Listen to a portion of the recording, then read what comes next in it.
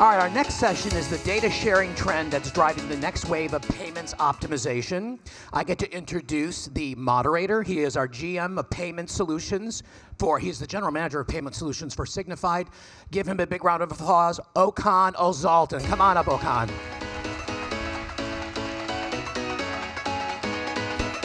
Thank you.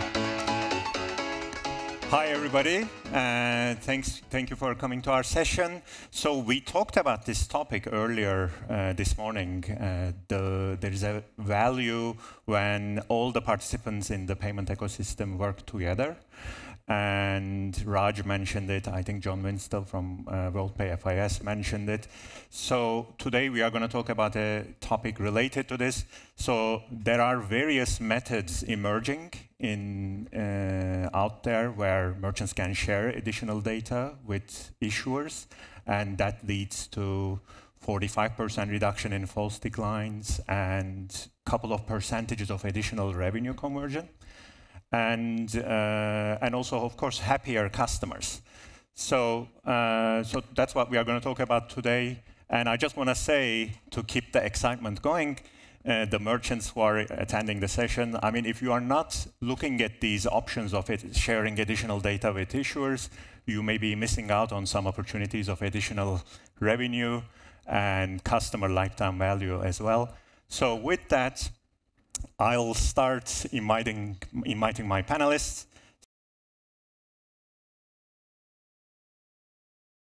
Let's start with quick introductions.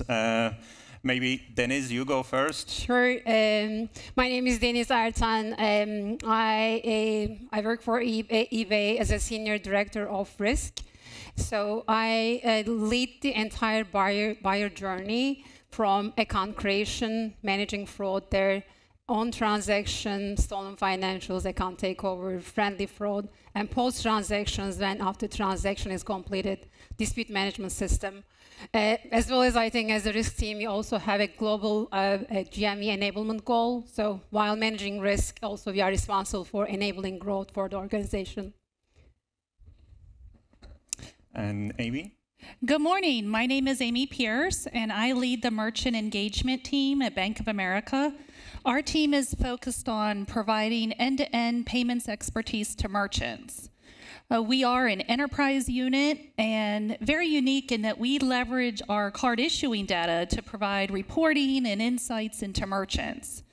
And speaking of data, we use data analytics to really share that performance with merchants, look to optimize their payments process with a focus on improving authorization approval rates.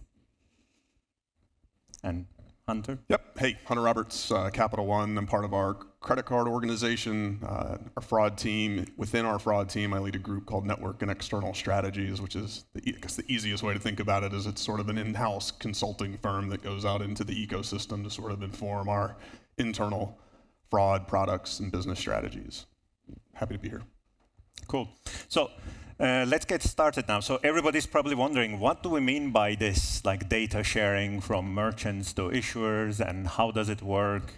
And when we say sharing, what kind of data we are sharing, and how does that actually help merchant actually convert more transactions into revenue? So maybe, Hunter, we start with you first. What do we mean by that when we say data sharing with merchants and to issuers? Yeah, I think I'll answer it by explaining, and there's already been some allusions to it earlier today. Raj mentioned it, John from FIS mentioned it. There's just this massive chasm between the type of data that's being assessed by a merchant or someone on their behalf and what issuers are using. So merchants have a ton of information on the behavior of the shopper. They have a better understanding of the customer across payment type or cards. We have a ton of information about what the customer spends their money or our money on. Those two things don't talk. If we find a way to bring those two things together, I think we've spoken hypothetically in the past about thinking that could drive value, but we know it now. We've proven it. It matters. And to add some more details, what are some of the examples of these data fields that Yep. That really helps the issuer make more accurate decisions. Yeah, I mean, any type of address, right? Like we have lots of addresses. We have lots of phone numbers. Like all of these common elements that are present in a credit card transaction and the relationship that a customer has with a bank are really helpful, both at the time of a transaction. I know we've heard some people like talk earlier in the session around like pre, post, or pre-transaction and post-transaction data. Like all of those things are relevant at all of those points in the process as well. Okay, makes sense. And just to confirm, I mean, there was a comment made in earlier session. I mean, you as an issuer, you are also trying to constantly balance what you approve with fraud, and you are also trying to make the cardholder happy here, right? Like your goal as an issuer, you are also trying to, like same as merchants' goals, you are trying to approve as many transactions. Yeah, I mean, the journey of like what we've done from a data sharing perspective is always sort of rooted in like as many wins as we could create. So this is good for our customer, this is good for the merchant's customer, this is good for the customer. Like there's no loser. I think like in this ecosystem, in this industry, there can be times when we're sort of pitted against each other. It's all about liability. It's like whose fault was what. I think like incentives are aligned for merchants and issuers to do more, to talk. Yeah. We're the two brands that are like the most relevant at the time of a transaction, right? The card that you're using and the merchant site that you're buying something from. So for those two things not to talk going forward, I think just is a huge missed opportunity. Makes sense. And let's get merchants' opinion on this. So Dennis, what do you think about the data sharing, and what possible experiments have you done with that? So on the merchant side, we have quite rich data, because from customer interaction on our website, so the payment instrument that they are using, their IP address, geolocation, phone numbers, their purchase history with us. And I think all this information is so critical for the issuers to know, because from the merchant lens, we are seeing some potential risk or low risk. But since we are not sharing that information with issuers, sometimes, hey, why this is such a kind of great transaction? We don't think that's risky, but it's being declined. But there's definitely the information, missing information there. And also, I've been in fraud for a little over 20 years, so I think it's fascinating how there is no competition in fraud area, right? So I think sharing definitely is a win-win for all sides. So I think we need to just establish that kind of effective line of communication and way of sharing data. I think from a few examples, I already gave some, but in addition to kind of phone number, email address, billing and shipping. And most of the time, fraudsters are not shipping to the address that they stole the identity from. But I think that information is so critical for issuers to match what we are seeing versus what they have on file. As well as some IP, phone number, but also customer purchase history. Maybe not a lot of details, but for example, if that payment instrument is seen for the first time at eBay, is different than, hey, this person has been shopping with us more than 10 times in the last 12 months. I think it's definitely a different story than kind of first-time user. As well as I know it can be kind of tricky depending on the merchant, but the models that we have very sophisticated models that's using behavioral metrics, kind of all kind of type of data. And we can maybe share low, medium, high risk with issuers so that they can have that lens saying that, hey, this transaction, according to the merchant, is a high-risk transaction, and they can take immediate or just relative action. So I think there's definitely lots of benefits and a win-win for both sides. Cool. And I think we talked about direct data sharing a lot here, but networks have done created some products to facilitate this.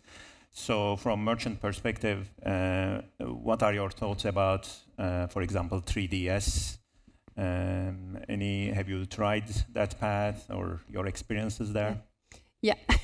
So 3DS is a protocol that really adds additional authentication to reduce fraud by kind of adding additional kind of authentication methods. So on paper, it's really kind of, it sounds great, but from the issuer perspective, I'm on the merchant side, but from the issuer perspective, I think moving liable to the issuers without being mandated to share some critical information is putting them at a disadvantaged position, because I think you're sharing, hey, just kind of take the liability, but on the other side, they don't have much information.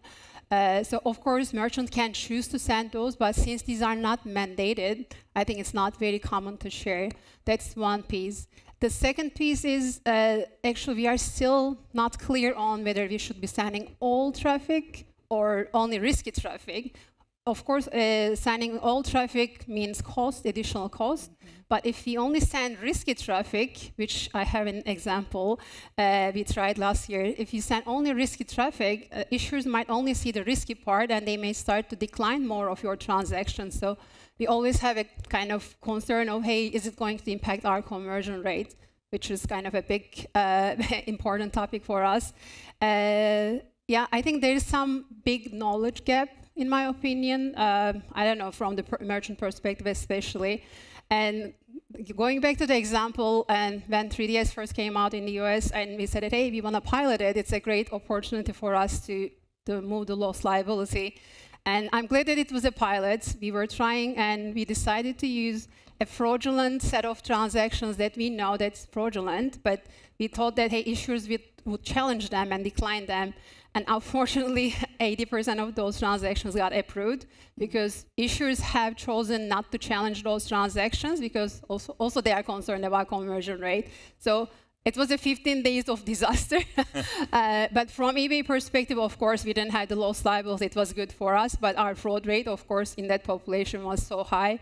And during that time, even with some issuers, and they are not here, by the way, not Capital One or Bank of America, they identified some issue on their integration as well. So, and we learned that we are supposed to send a flag to them saying that, hey, this is a risky transaction, just treat them accordingly. But it was an interesting experience that we stopped and we never turned it back on. So. God, plus one to all of that, I think the incentives for 3DS are really kind of misaligned.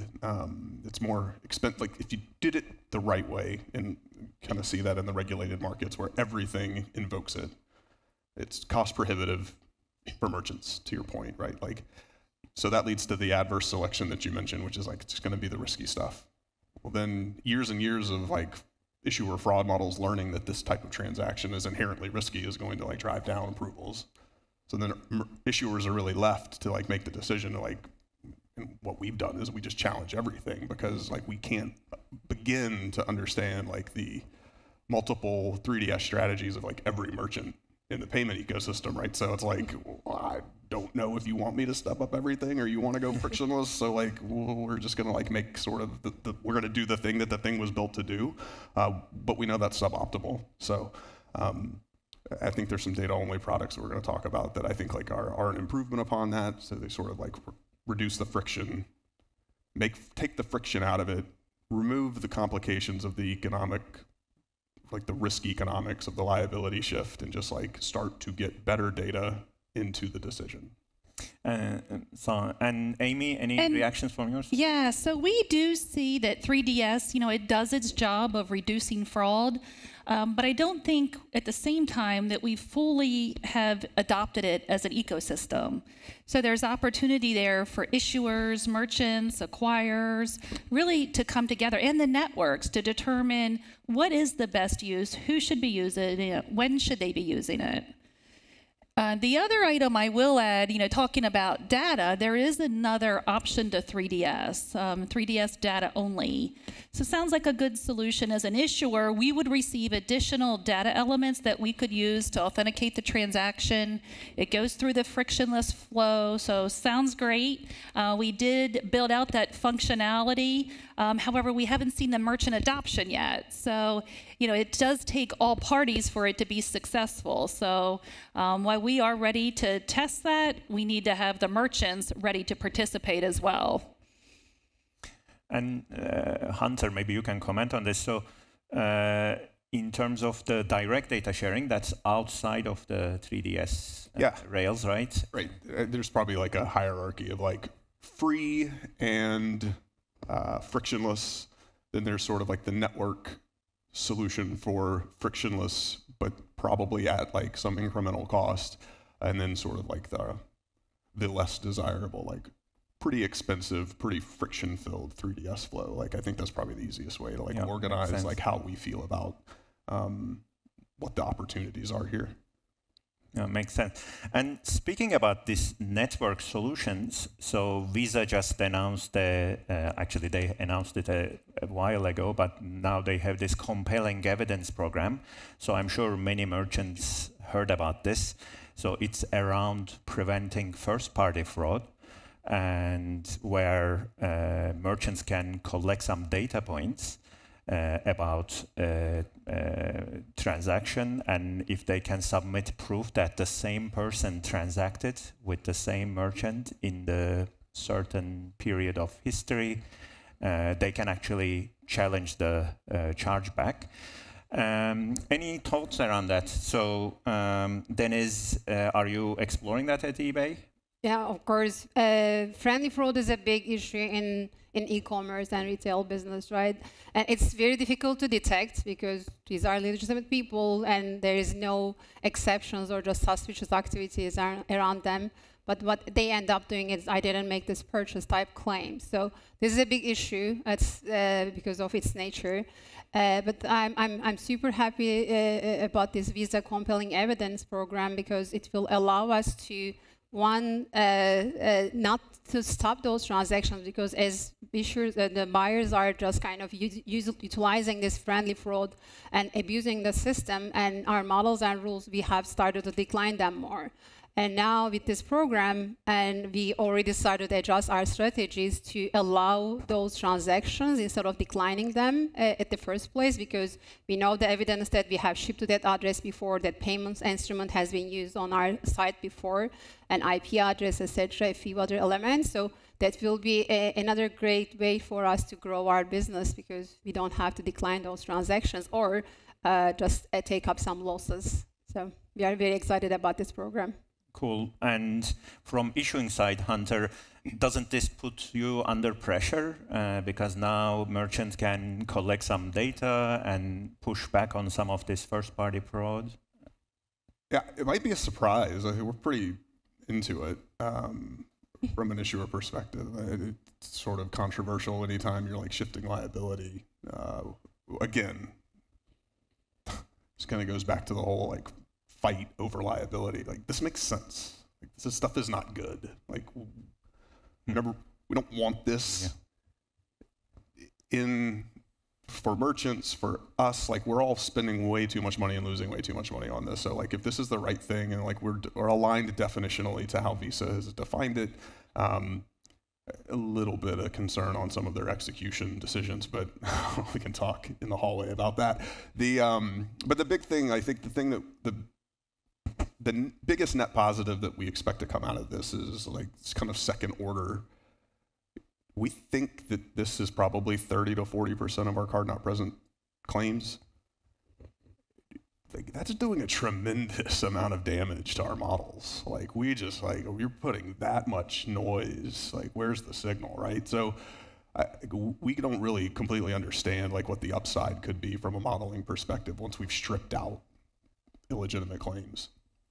And like, that goes just beyond Capital One. I mean, you know, the network models are being trained on like a significant amount of like things that are not fraud. Okay. Amy, any reactions? Yeah, I was going to say, at Bank of America, we had already started down the path of trying to pull in our own data and use that data in conversations with customers as they call in to file a claim. So now when Visa's Compelling Evidence 3.0 came out, it really just projected that. It is a huge change for our claims teams and the claims applications. I'm happy to say all of our requirements have been updated, so we are ready to go with the mandate. In fact, there is a beta test with a certain number of merchants that starts this month. They'll run through June. Now, I think the adoption's going to be depending on how the merchants use it, again. So, you know, we're hearing it is a complex build on the merchant side as well. In addition, merchants have to participate in order insights, so to provide that additional data to issuers so we can use that when working on a claim. Now, I think the good piece is, under the regulations, we have to do an adequate investigation, but now we can use that data in that investigation to determine the legitimacy of the claim. And then either talking through with the client, make that determination, do we pay that claim or do we deny? So a lot of opportunity, I think, here for claims deflection and to get that fraud out of the ecosystem. So what I'm hearing here is, at least with Bank of America and Capital One, so what you are saying is you will get the evidence and you will push it back to the consumer, the card holder, if the right evidence comes to you from the merchant. So you are not concerned about constant friction between the cardholder and you and saying, oh no, it is not me, but the evidence is there, so you have to take it as an issuer. Any comment? On balance, I think that's right. I mean, there's edge cases that we're a little concerned about, obviously, like, complaints and regulator attention or pressure is certainly something that we're being very thoughtful about. But I think even in places where maybe we, as the issuer, don't hold the customer liable and take the loss, to my earlier comment, I think like the value that we get in other places is going to completely overtake whatever incremental losses that come from it. Yeah, makes sense. And it gives our, those claims associates, those front-end associates that are talking with the customer, now they will have the data to talk with the customer, walk them through, have they seen those data points in prior transactions, have a meaningful conversation with the data to back it up. Yeah, the whole thing is just like data, right? Wherever we can get it. I think that's sort of the thesis of at least our position on this panel. Is if it's at the transaction, if it's after the transaction, we just need more, and we can sort of get closer to where merchant and issuer incentives are aligned. Yeah, makes sense. So maybe we have a few minutes remaining. So in terms of advice to merchants are trying to improve their authorization rates. They want to reduce the event of declining good customers. So what advice would you give them? How should they work better with you? So Amy, maybe. Sure, I can jump in on that one as we work with merchants on a day-to-day basis. So a couple things. I mean, we talk about information sharing and not only data, but additional information. So with our merchant engagement team, if merchants and issuers can partner together to share information, I'll share some examples. If a retailer is getting ready to do a hot new product drop, or maybe a streaming service is going to stream a popular event, pre-Black Friday sales, things like that. If they can let us know, we can then work with our fraud strategies partners, our authorization partners.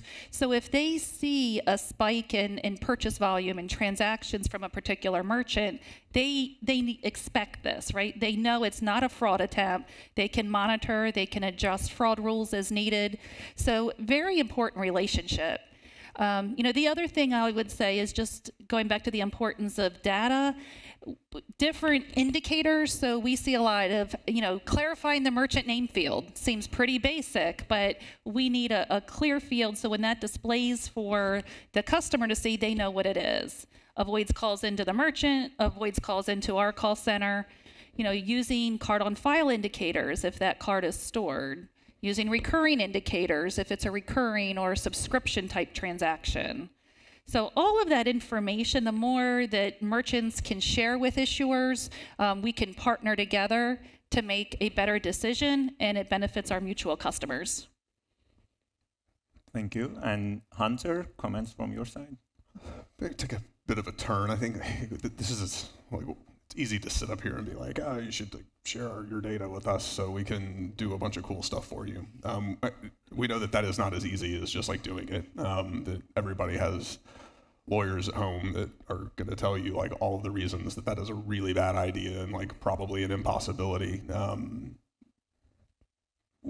We're pretty confident that the privacy concerns can be kind of alleviated. There's a lot of kind of FI-specific regulatory privacy carve-outs that we feel really comfortable about for using things for fraud purposes.